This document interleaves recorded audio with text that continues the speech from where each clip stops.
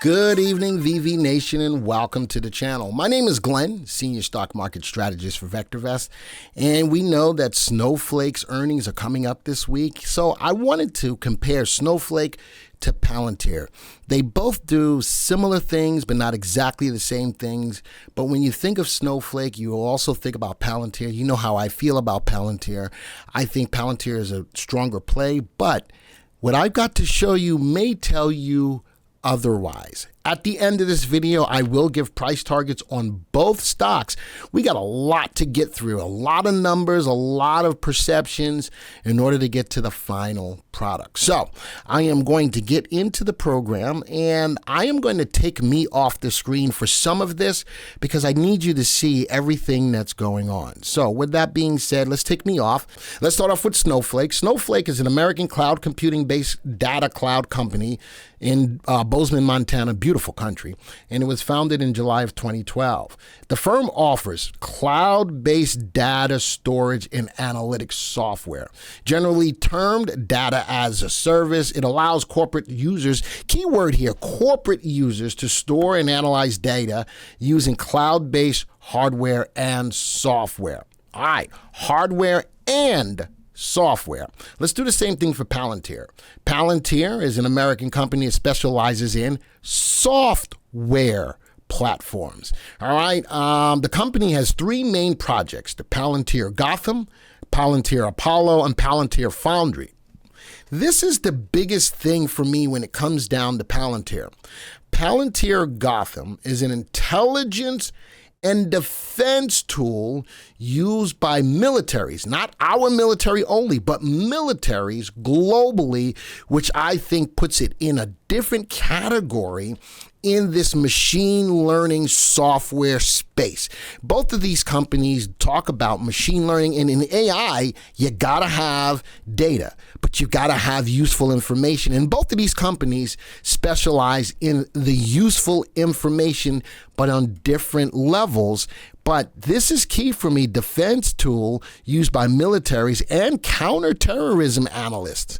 Because that is such a hot topic in today's society, I think that Palantir has definitely found a niche in that spot because militaries are willing to spend a lot of money to protect themselves. All right, so some of their customers included are United States Intelligence Community, the United States Department of Defense, the software as a service. And you know something, I wanted to go down and I wanted to look at the customers.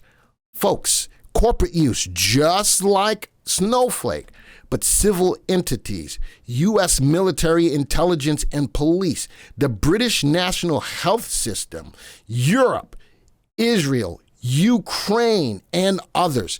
That is a key part for me when you're looking at information that can be used to help these different entities. When I go back to Snowflake, I couldn't find who their customers were, except for a lot of it is based off of corporations. I think that gives Palantir a little bit of an edge when it comes to this space. All right. So now I wanted to look at some other stories. Better AI, Palantir versus Snowflake. Palantir and Snowflake both initially impressed a lot of investors, but they lost their luster over the past 2 years as their sales growth decelerated. Now, sales growth, in regards to sales growth for Palantir, they've got a lot of contracts out there, a lot. They haven't come to fruition yet because it takes time to fulfill those contracts. From an AI perspective, Palantir has got a lot of contracts on hand, and we're going to see how that has affected the stock recently over the last year. Palantir versus Snowflake. This is another metric used by another company, another website. AI score 7, AI score for Snowflake 9.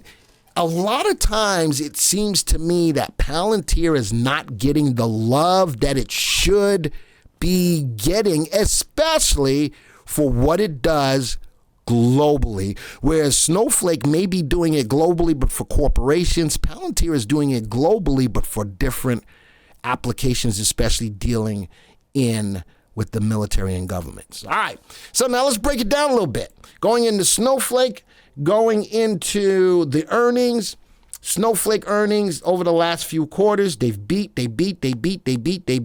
missed quarter one of 2025. I don't know how that is, but anyway, and they have their next one coming up today, as a matter of fact. By the time you get this video, August 20th, 2024, we'll see what it is done.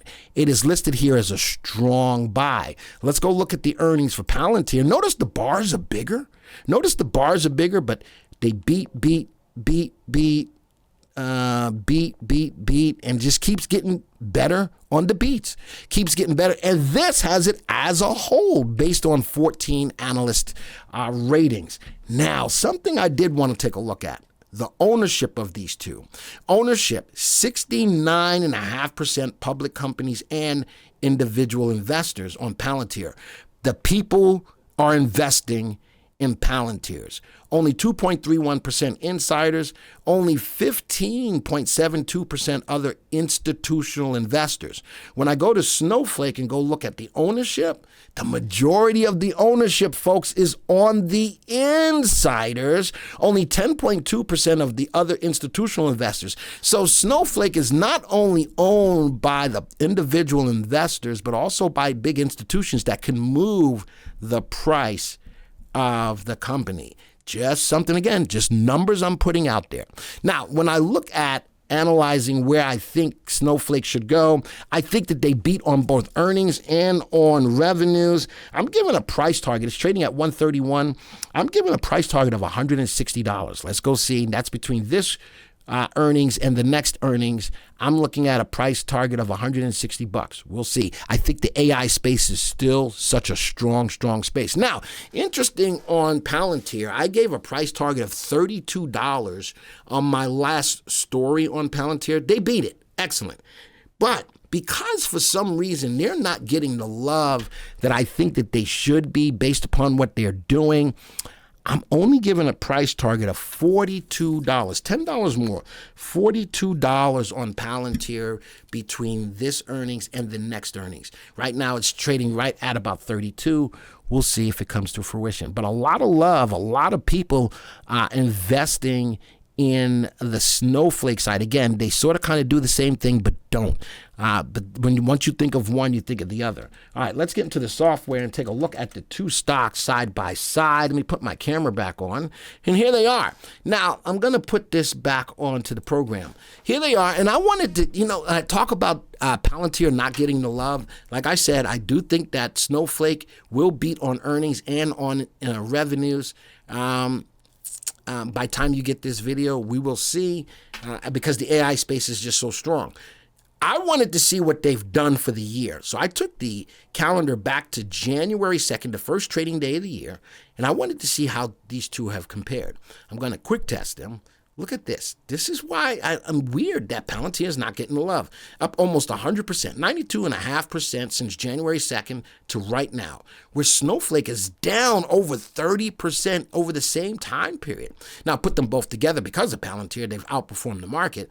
But the market, the spiders have gone up 18.17%. Snow is down 30.34% over the last year. Kind of interesting, but again, I think based upon what they do, I think based upon the AI space, that they do get up to a price. Listen, they were at 189. I think they're going to get back up to a price of about, what did I say, 160, which is lower than where it was at the beginning of the year. Palantir started off at the beginning of the year 1658. It did get up to 32. I'm pushing it up another $10 to 42. All right, let's put it on the stream. Again, fundamentally unsound. Neither one of these, for them to be such a play a pivotal role in the AI space, it's just interesting that the relative value and relative safeties are not there, but Palantir is in a bigger uptrend. RT at 1.47, whereas on Snow it is above 1, but 1.05. Earnings growth rate on both of them are double digits. Snow's got an earnings growth rate of 38%, where Palantir only has an earnings growth rate of 28%. And Palantir has got a VST and CI both above 1. So that's where I stand. Again, I think Palantir beats on earnings and revenues, and I'm giving it a price target of $160. Palantir already reported August 4th. They did get to my price target of 32. I'm pushing it up $10 more. If you like the video, make sure you hit the like button. If you're brand new to the channel and you like what you saw, consider logging in and subscribing to the channel, hitting the bell icon to when videos like this comes out. Folks, this video is over.